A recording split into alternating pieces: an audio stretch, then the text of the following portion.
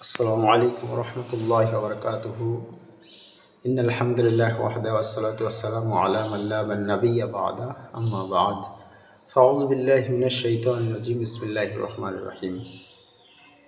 সম্মানিত দর্শকবৃন্দ, আজকে আমি আপনাদের সামনে একটি হাদিস পরিবেশন করব।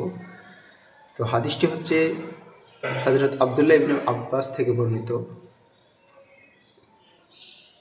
তিনি বলেন, নবী করিম সাল্লাল্লাহু আলাইহি ওয়াসাল্লাম তোমাদেরকে উলঙ্গ হতে নিষেধ করেছেন,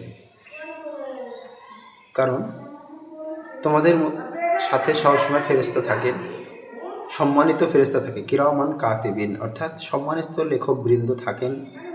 তাই তোমরা অশ্লীলতা এবং নোংরামি এবং নিজের শরীরকে তোমরা আবৃত্তি ঢেকে রাখবে, অশ্লীল এবং উলঙ্গপনা করবে না। কেননা তোমাদের মধ্য থেকে কেবল 3 সময়ে ফেরেশতা একটু পৃথক হয়। সে 3 সময় কী? গোসল করার সময় এবং পায়খানা পেশাব করার সময় এবং স্ত্রী মিলন করার সময়। এই 3টে সময়ে কিন্তু ফেরেশতারা, সম্মানিত লেখকবৃন্দ, তারা কিন্তু একটু আলাদা হয় বা পৃথক হয়। তাছাড়া কোনো সময়তেই কিন্তু পৃথক হয় না। তো আমাদেরকে এই হাদিসটির প্রতি আমল করতে হবে, আমরা যেন অর্ধলগ্ন বা উলঙ্গ না হই।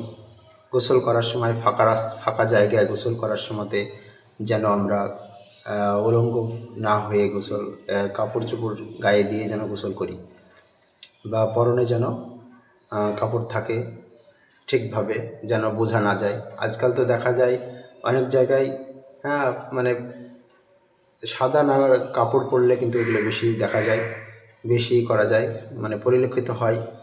আপনারা হয়তো লক্ষ্য করেছেন, কিন্তু এগুলো আপনাদেরকে সাবধান হয়ে চলতে হবে, যেন ফাঁকা জায়গায় গোসল করলে কোনো ভিতরের কোনো অঙ্গ না দেখা যায়।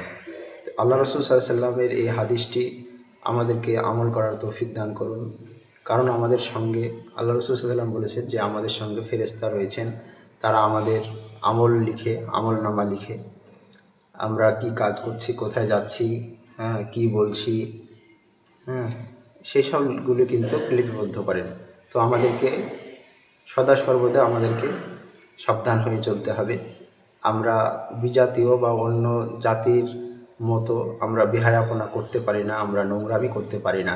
আমরা আমাদের মুসলিম ধর্মে, আমাদের ইসলাম ধর্মে সেগুলোকে সাপোর্ট করে না, কারণ আমাদের হিসাব আছে আখেরাতে, আমাদেরকে কাঠগড়ায় দাঁড়াতে হবে।